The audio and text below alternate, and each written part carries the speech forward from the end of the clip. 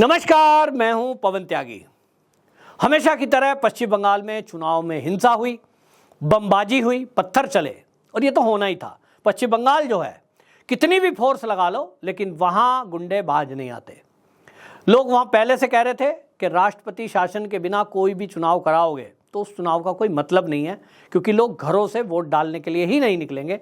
उनको खतरा है कि बाद में क्या होगा। और ये तो टीएमसी के नेता खुलेआम कह रहे थे। उनके बयान हमने सुने हैं, वीडियो वायरल हुई हैं कि ये जो सेंट्रल फोर्स आई हुई हैं ये तो चुनाव के बाद चली जाएंगी, उसके बाद क्या होगा, हम ही आ रहेंगे। तो ममता बनर्जी की पुलिस टीएमसी के कार्यकर्ताओं की तरह काम करती है और कार्यकर्ता गुंडों की तरह काम करते हैं और गुंडे माफियाओं की तरह काम करते हैं। और शरीफ आदमी अपने घरों में जान बचाकर दुबका रहता है, दो पैसे कमाकर अपनी रोजी रोटी चला रहा है। बिजनेस वालों का यह हाल है कि चुपचाप टोलाबाजी और कटमनी जो चल रही है वो दे देता है, क्योंकि उसको बिजनेस करना है, जान प्यारी है। तो मुर्शिदाबाद में ममता बनर्जी का अवतरण हुआ और जब वो खुद से मंच पे बोल रही हैं कि ये जो रामनवमी पे दंगा हुआ, जो रामनवमी पे राम यात्रा निकाल रहे थे उनके ऊपर पथराव हुआ, जो बम फोड़ा, वो कह रही हैं ये तो हिंदुओं की गलती है। हिंदुओं की क्यों गलती है? बोले साहब वो हथियार लेकर के निकले थे। क्या हथियार था ये नहीं बताएंगी। क्या हथियार था भाई? राम यात्रा में जो लोग थे, आपने भी वीडियो देखी होगी, उनके हाथ में एक डंडा था, डंडे पे भी झंडा था। यानी डंडे पर झंडा लगाकर चलना, जय श्री राम का उद्घोष करना, राम नाम का कीर्तन करना, ये अब पश्चिम बंगाल में हथियार हो गया है। और इसलिए ममता बनर्जी ये जब बयान देती हैं, ऐसा हमेशा देती हैं, वो पहले ही बोल रही थी रामनवमी पे ये अगर दंगा हुआ तो उन्होंने तो एक डीआईजी को जिम्मेदार ठहरा दिया था मुर्शिदाबाद, इन्होंने ट्रांसफर कर दिया है, इसके लिए चुनाव आयोग जिम्मेदार है।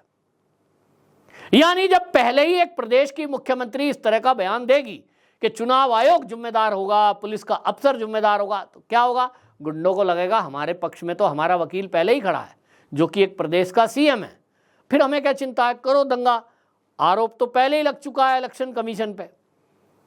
ये हालत ममता बनर्जी की है। लेकिन आपको बता दूं, इसको लेकर जिस तरह की बयानबाजी हुई है, शुवेंदु अधिकारी जो भाजपा के नेता हैं उन्होंने इसको लेकर कंप्लेंट की है। बाकायदा राज्यपाल जी को इस मामले में कंप्लेंट दी गई है और जो राज्यपाल हैं वहाँ के डॉक्टर सीवी आनंद बोस, उनको शुवेंदु अधिकारी ने लिखित में बयान दिया है। उन्होंने कहा मुख्यमंत्री के भड़काऊ भाषण के कारण पश्चिम बंगाल राज्य में विभिन्न स्थानों पर रामनवमी के जुलूसों को बाधित किया गया और उन पर हमला किया गया। भाषण के जरिए उपद्रवियों को सफलतापूर्वक उकसाया गया। कृपया मुख्यमंत्री के इस बयानबाजी पर कार्रवाई करें। यह भी एक फॉर्मेलिटी है भाई, विपक्ष के नेता हैं, इनको लिखित में देना है। राज्यपाल जी को भी एप्लीकेशन ले लेना है और अपनी फाइल में लगा देना है कि ममता बनर्जी की एक कंप्लेंट और आ गई, लो जी ये भी हो गया जमा। क्या होगा? हाँ, ये आप याद रखना, ऐसा नहीं है कि भाजपा के लोग या वहाँ के राज्यपाल जो डॉक्टर आनंद बोस जी हैं वो एवं ही बस बैठे हैं, फाइल बनाते जा रहे हैं, उसके पहले जगदीप धनखड़ थे, इन सब का कोई नतीजा नहीं है। नहीं, मैं आपको पहले ही बता चुका हूँ कि ममता बनर्जी का पाप का घड़ा भर चुका है। अभी जो चुनाव हुआ है, संदेश खाली का उसमें बहुत इम्पैक्ट है। भारतीय जनता पार्टी ने बहुत बेहतरीन तरीके से इस मुद्दे को उठाया है, जैसा कि उठाना चाहिए था। मुकाबला भी किया, महिलाओं के साथ खड़े भी हुए। भारतीय जनता पार्टी ने बाकायदा महिलाओं के साथ खड़े होकर ये उदाहरण दे दिया है कि आपको यहाँ कोई गुंडा मवाली बदमाश परेशान करेगा, भाजपा मजबूती के साथ आपके साथ खड़ी है। और जिस तरह से वहाँ सुकांत मजूमदार ने अब मोर्चा संभाला, उसके बाद चीज़ें बदलती हुई दिखाई दे रही हैं। आज गुंडों का मुकाबला होता है, डर कर भागता नहीं है वहाँ से हिंदू। तो ये जो हो रहा है, ममता बनर्जी को लग गया कि अब जमीन खिसक रही है। लेकिन वही पहले वाली बात कि अभी जो ये लोकसभा का चुनाव है, ये क्योंकि ममता बनर्जी के मुख्यमंत्री रहते हुए हो रहा है, वही उनके गुंडे, वही उनकी पुलिस, वही सब पैसा, सब वही है। और इसीलिए नतीजे पिछले बार जैसे ही रहने हैं, लगभग वही नतीजा आना है। 42 सीटें हैं, 20-22, 20-22 इस तरह का अंतर रहना है। 20 बीजेपी की हो सकती हैं, 22 टीएमसी की हो सकती हैं, या 22-25, 22 का आंकड़ा बीजेपी का हो सकता है, 18-19 इस तरह से ही रहना, मतलब 50-50।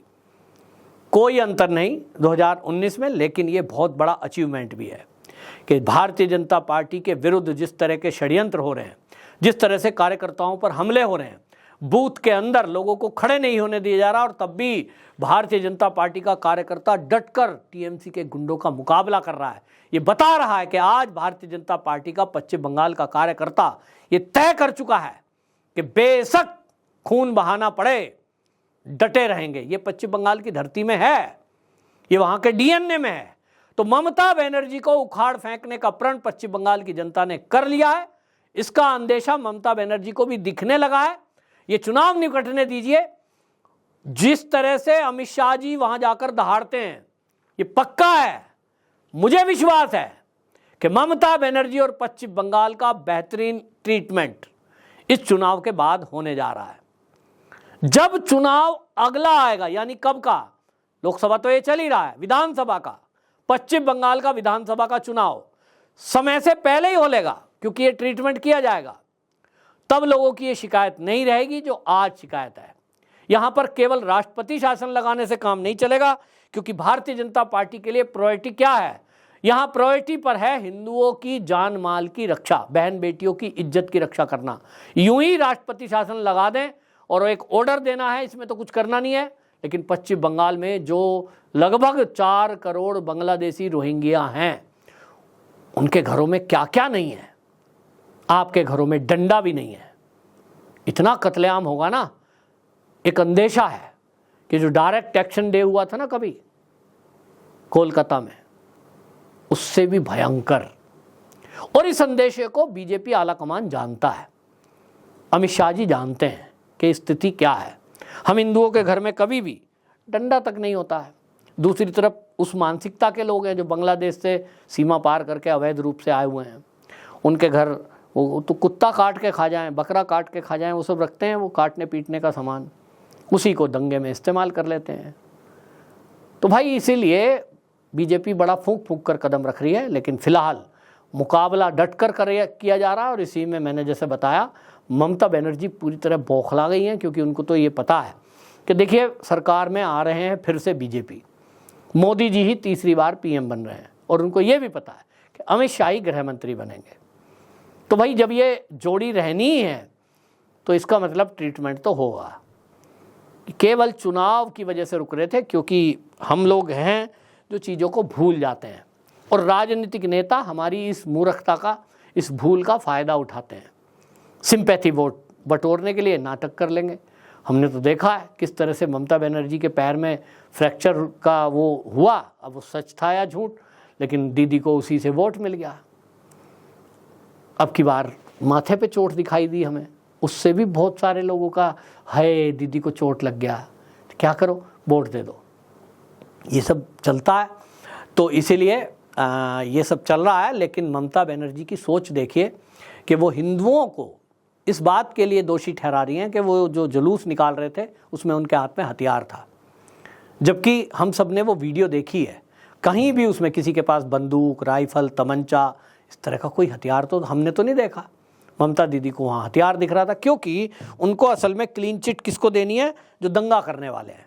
तो आप सोचिए, जिन लोगों ने दंगे किए, बम ब्लास्ट किया है, वीडियो में दिख रहा है, जिन्होंने बम बनाया, बम फोड़ा, छतों पे पत्थर रखे हुए थे, पथराव किया, और एक मुख्यमंत्री अगर ये कह दे इनकी गलती नहीं है साहब, बम बनाने वालों की इनकी गलती नहीं है, जिन्होंने पथराव किया, गलती किनकी है, ये जो जुलूस में आ रहे थे, क्योंकि इनके हाथ में तो झंडा था, झंडे में डंडा था, और ये जय श्री राम का नारा लगा रहे थे, ये तो हथियार ले रहे थे।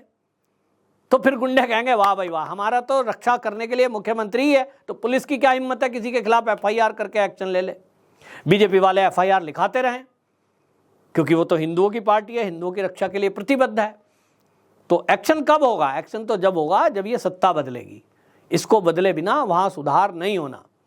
तो इसीलिए जनता कह रही है कि ये जो मारपीट और सब कुछ चल रहा है वहाँ, बमबाजी, ये जब तक नहीं रुकेगा, जब तक वहाँ ये कम्युनिस्ट जो आज टीएमसी के चोले में है, इनका सफाया नहीं हो जाएगा, यानी जेल की सलाखों के पीछे इनको नहीं पहुँचाया जाएगा। तो देखिए, चुनाव निपटने दीजिए, तब तक मैं आप सभी पश्चिम बंगाल के जो लोग हैं, राष्ट्रवादी लोगों को और भारतीय जनता पार्टी के कार्यकर्ताओं को, राष्ट्रीय स्वयंसेवक संघ के कार्यकर्ताओं को प्रणाम करता हूं हृदय से उनके हिम्मत को, हौसले को, राष्ट्रभक्ति को, कि वो डट कर के बांग्लादेशी घुसपैठिए और वहाँ जिस तरह से लोग हैं राष्ट्र विरोधी, उनका कड़ा मुकाबला कर रहे हैं।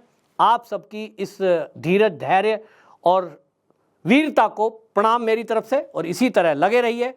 बस थोड़े दिन और, जल्दी ही बढ़िया रिजल्ट आपको मिलने वाला है, और उसके बाद एक नया पश्चिम बंगाल हम 2025 में देखेंगे, ऐसा मुझे आशा है।